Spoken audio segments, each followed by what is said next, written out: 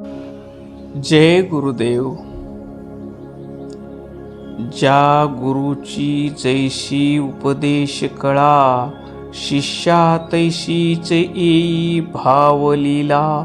जैसे बीज तैसे येतसे फळा, वृक्ष जेवी.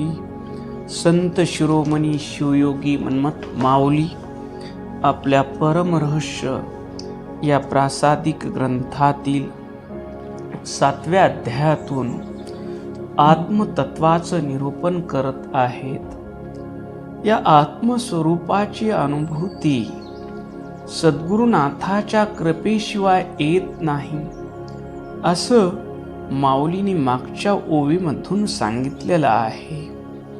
शुद्ध अंतकरणाच्या शिष्याच्या मस्तकावर सद्गुरुनाथ हात ठेवतात आणि त्या हाताच्या स्पर्शानं शिष्याला आपल्या स्वरूपाची अनुभूती येते, त्याचं अज्ञान दूर होतं.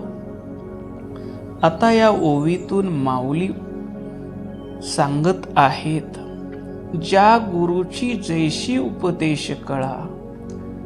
जे सद्गुरुनाथ आपल्या आत्मपदात प्रतिष्ठित आहेत, आपल्या आत्म अनुभवात प्रतिष्ठित आहेत, आपल्या निस्वार्थ आचरणात प्रतिष्ठित आहेत, आपल्या सद्गुरूच्या शरणागतीमध्ये समर्पित भावानं कार्य करत आहेत, अशा सद्गुरूची उपदेश कला.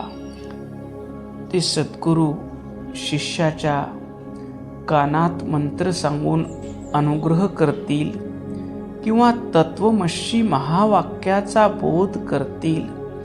शिष्याचा जर अधिकार मोठा असेल तर केवळ मस्तकावर हात ठेवून त्याला वेदा दीक्षा देतील.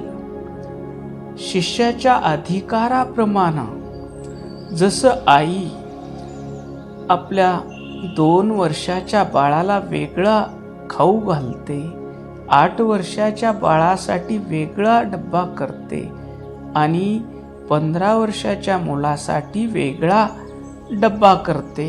तिन्ही एक मूल 2-3 वर्षाचं नर्सरीत जातं, दुसरं 8 वर्षाचं पहिलीत जातं आणि तिसरं 15 वर्षाचं मूल 8वी-9वीला जातं.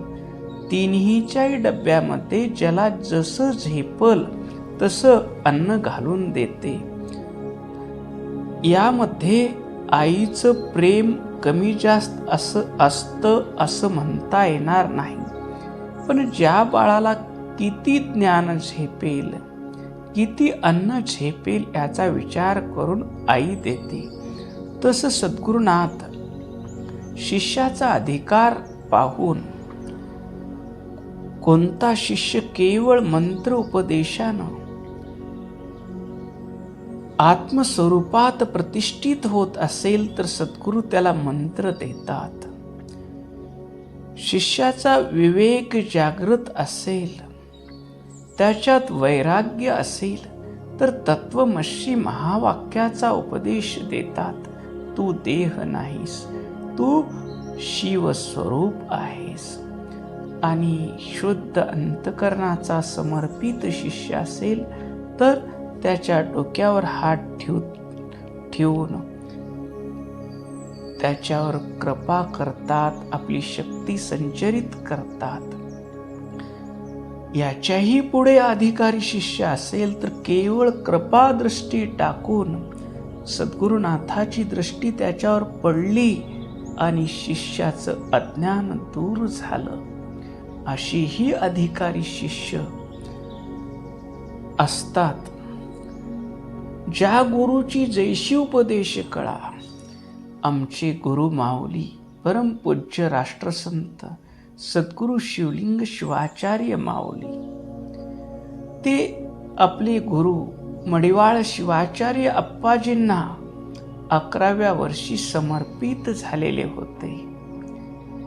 11व्या वर्षी सद्गुरुनाथानं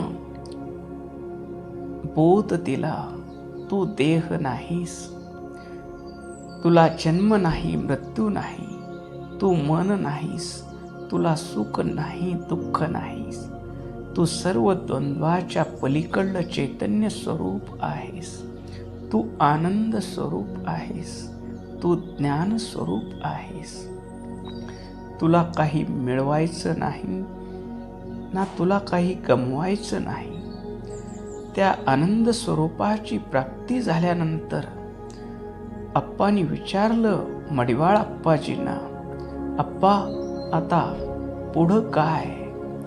तर सद्गुरुनाथानं सांगितलं, तुझा हा देह परोपकारा करता आहे. तुला जे मिळवायचं आहे ते तू मिळवलेलं आहेस. आता तू जो आनंद मिळवलास, तू जे ज्ञान मिळवलंस, तू जे समाधान मिळवलंस, तू जी शांती मिळवलंस, ती शांती, समाधान, अक्षय सुख तुला वाटायचं आहे. तू गुरु आहेस, तू दाता आहेस. आयुष्यात कुणापुढंही हात पसरायचा नाही, कुणाला काही मागायचं नाही, तुला काहीही कमी पडणार नाही. हा उपदेश सद्गुरु मडिवाळ शिवाचार्य अप्पाजींनी राष्ट्रसंत सद्गुरु डॉक्टर शिवलिंग शिवाचार्य अप्पाजींना दिला. ज्या गुरुची जैशी उपदेश कला, शिष्या तैशीच येई भाव लिला. आणि सद्गुरुनाथानं उपदेश केला. अप्पांनी आपला देह, आपलं मन, आपली बुद्धी, आपलं मीपण, माझेपण सर्वस्वी सद्गुरुनाथाला समर्पित केलं. आणि या देहाची करते करविते परमपूज्य गुरु माऊली आहेत अशी भावलीला आली. आणि गुरुवचनावर विश्वास ठेवून निस्वार्थपणे दुसऱ्याला सुख, ज्ञान, आनंद, प्रेम, अक्षय समाधान, परम शांती देण्याचं कार्य त्या देहाकडून आयुष्यभर झालं. निस्वार्थ गुरु मूर्ती सदा हृदयात शांती. मानाचं जगद्गुरूचं पद वयाच्या 20व्या वर्षी स्वतःहून जगद्गुरू काशीचे देत होते. त्यावेळेस गुरुचे शब्द आठवले, तुला कुणाचा मान नको, सन्मान नको, पद नको, पैसा नको, प्रतिष्ठा नको. तुझा देह केवळ परोपकारा करता आहे. तुला या देहानं आचरण करून दाखवायचं आहे. आणि त्या आचरणाप्रमाणे तुझं आचरण पाहून लोक आचरण करतील. हे गुरुचे शब्द आठवले आणि माऊलीने जगद्गुरु पदाचा त्याग केला. MBBS ची डिग्री मिळाली. मोठा दवाखाना टाकून पैसा मिळवला असता, पण गुरुचे शब्द, कुणाला काही मागायचं नाही, तुला काही कमी पडणार नाही. तशीच भावलीला माऊलीमध्ये आली. माऊलीनी आयुष्यभर वैद्यकीय सेवा मोफत केली. अनेक रुग्णांना मोफत उपचार दिले. असाध्य रोगातून बरं केलं. संसारातल्या दुःखी पीडित माणसाला भक्ती मार्गाला लावलं. लाखो लोकांना इष्टलिंग दीक्षा दिली. हजारो गावात शिवनाम सप्ते उभे केले.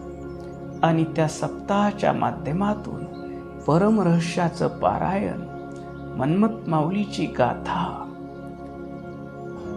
कीर्तन, प्रवचन, भजन ही भक्तीचे मळे पिकवले. आणि आयुष्यभर गुरु उपदेशामध्ये माऊलीनं आपलं जीवन जगून आदर्श दिला.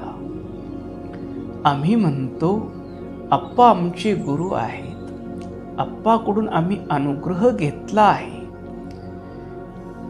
आप्पाकडून आम्ही उपदेश घेतला आहे. तर ही ओवी सांगते, ज्या गुरुची जैशी उपदेश कळा, आमची गुरु माऊली निस्वार्थ गुरुमूर्ती, सदा हृदयात शांती. आम्ही गुरु माऊलीकडून अनुग्रह घेतला आहे, तर आमच्यामध्ये निस्वार्थपणा आला आहे का? आम्ही धार्मिक कार्य निस्वार्थपणे करत आहोत का? आम्ही प्रपंचातील कार्य निस्वार्थपणे करत आहोत का? आम्ही आमच्या व्यापारात भेसळ करत आहोत का? नोकरीमध्ये भ्रष्टाचार करत आहोत का? काय मिळवलं आम्ही आमच्या गुरु माऊलीकडून? ज्या गुरुची जैशी उपदेश कळा, शिष्या तैशीच येई भाव लीला. ज्या शिष्याला अप्पाचा अनुग्रह झाला, तो शिष्य निस्वार्थ झाला पाहिजे. जगातील कुठलाही इतका सदाचारी झाला पाहिजे की परमहर्षातल्या ओवीप्रमाणे, सदाचारे आचरे शिवभक्ती, तो आचार तुझ निरूपू तुझ प्रती. अनाचार अनुमात्र न धरी हाती, कोटी लाभ जोडे जरी.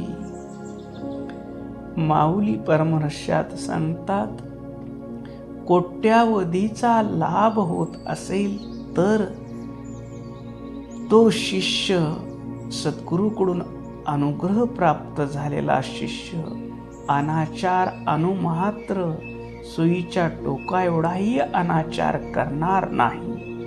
मग आम्ही अप्पाचे शिष्य म्हणून घेतो. आम्ही स्वतः विचार केला पाहिजे. अप्पानं आयुष्यभर आम्हाला निस्वार्थपणे जगा, निस्वार्थपणे सेवा करा, सर्वावर प्रेम करा, सर्वांना आपले माना, दुसऱ्याला प्रेम द्या, सुख द्या, आनंद द्या, हा उपदेश केला. आम्ही दुसऱ्याला सुख देत आहोत का? दुसऱ्याला आनंद देत आहोत का? दुसऱ्याला प्रेम देत आहोत का? हा विचार आहे. आम्ही स्वतःकडं पाहिलं पाहिजे.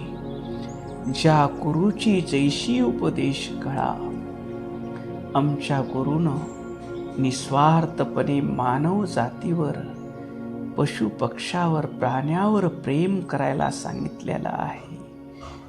दुःखी पीडित माणसाची सेवा करायला सांगितलेली आहे.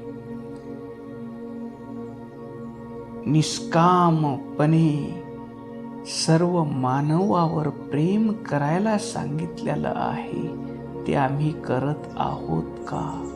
जर करत आहोत तर आम्ही अप्पाचे शिष्य म्हणून घ्यायला पात्र आहोत. ज्या गुरुची जैशी उपदेश कळा, आमचे गुरु निस्वार्थ होते, आमचे गुरु त्यागी होते, आमचे गुरु सर्वावर प्रेम करणारे आहेत. आमचे गुरुच्या जवळ बसल्यानंतर आम्हाला परम शांती मिळायची, परम आनंद मिळायचा. तसं अनुग्रह दिल्यानंतर अप्पाची सर्व शक्ती, अप्पाची सर्व दैवी संपदा आमच्यात आल्या पाहिजेत. आमच्या वाणीतून प्रेम प्रकट झालं पाहिजे. आमच्या हातानं कल्याणकारी कार्य झाले पाहिजेत. आमचे पाय सन्मार्गावर चालले पाहिजेत. तरच आम्ही अप्पांचे शिष्य म्हणून घ्यायला पात्र हो. शिष्याई तैशीच भाव लीला. खऱ्या अर्थानं जर आमचा अनुग्रह झालेला असेल तर आमच्या बोलण्यामध्ये प्रेम असेल, आमच्या हातानं परोपकाराचे कार्य होतील, आमचे पाय जगाच्या कल्याणासाठी चालतील, आमचं मन सर्वे भवन्तु सुखीनाम, सर्व लोक सुखी झाले पाहिजेत. सर्वे संतु निरामयाः, सर्वांना निरोगी आयुष्य मिळालं पाहिजे. सर्व लोक रोगमुक्त झाले पाहिजेत. सर्वे भवन्तु सुखीनाम, सर्वे संतु निरामयाः, सर्वे भद्राणि पश्यन्ति, सर्व लोकांचं कल्याण झालेलं पाहायला मला मिळालं पाहिजे. सर्व लोक सुखी झालेले मला पाहायला मिळाले पाहिजेत. मा कश्चित दुःख भाग भवेत, किंचितही कोणाच्या वाट्याला दुःख येऊ नये, असा आमचा भाव अखंड असला पाहिजे. जैसे बीज तैसे तसे फळा. खऱ्या अर्थानं आमचं शुद्ध अंतकरण असेल आणि आम्ही माऊलीच्या चरणी गेलो, माऊलीनं आमच्यावर कृपादृष्टी टाकली, माऊलीची संपूर्ण शक्ती आमच्यात आली, माऊलीनं आम्हाला स्पर्श केला, माऊलीची संपूर्ण शक्ती आमच्यात आली, माऊलीने आमच्या कानात मंत्र सांगितला, माऊलीची संपूर्ण शक्ती आमच्यात आली. माऊलीच्या चरणी आम्ही मस्तक ठेवलं, माऊलीच्या देहातली सर्व शक्ती, दिव्य तेज, वैराग्य, ज्ञान, भक्ती, प्रेम, आनंद त्या अंगुष्ठातून आमच्या मस्तकात संचरित झाला. मग असा अनुग्रह झाल्यानंतर माऊली म्हणतात, जैसे बीज तैसे येतसे फळा. आणि ते ज्ञानाचं बीज, ते भक्तीचं बीज, ते प्रेमाचं बीज, ते शांतीचं बीज, ते आनंदाचं बीज फळाला आल्यानंतर आम्ही सर्वाशी प्रेमानं बोलू, आम्ही ईश्वराचे गुणगान ऐकू, डोळ्यानं ईश्वराचं रूपच पाहू, हातानं जे जे काम करू ते ईश्वराची पूजाच करू, पायानं जे चालणं होईल ते भगवंताची प्रदक्षिणा होईल, आम्ही जे जे कर्म करू ती शिवपूजा होईल. कारण गुरुनं आम्हाला शांतीचं बीज दिलं आहे, प्रेमाचं बीज दिलं आहे, आनंदाचं बीज दिलं आहे, अक्षय सुखाचं बीज दिलं आहे. ते आमच्या आचरणातून फळाला आलं पाहिजे. लोक आमचं आचरण पाहून म्हटले पाहिजेत, हे आप्पाचे शिष्य आहेत, यांच्यात आप्पासारखीच शांती आहे, यांच्या जवळ बसल्यावर आम्हाला शांती मिळते, आनंद मिळतो, प्रेम मिळतं, अक्षय समाधान मिळतं. त्यावेळेस खऱ्या अर्थानं आम्हाला आप्पाचा अनुग्रह झाला असं आम्हाला म्हणता येईल. ही ओवी शुद्ध आत्मज्ञानी सद्गुरूचा उपदेश झाल्यानंतर शिष्याच्या जीवनात जे परिवर्तन होतं, शिष्याच्या व्यवहारातून, उच्चारातून, आचारातून आणि विचारातून जी शांती, प्रेम, आनंद, अक्षय समाधान, सुख प्रकट करते, त्या अवस्थेचं वर्णन करून माऊली आपल्याला आपला आरसा दाखवत आहेत. ओम शांती शांती शांती.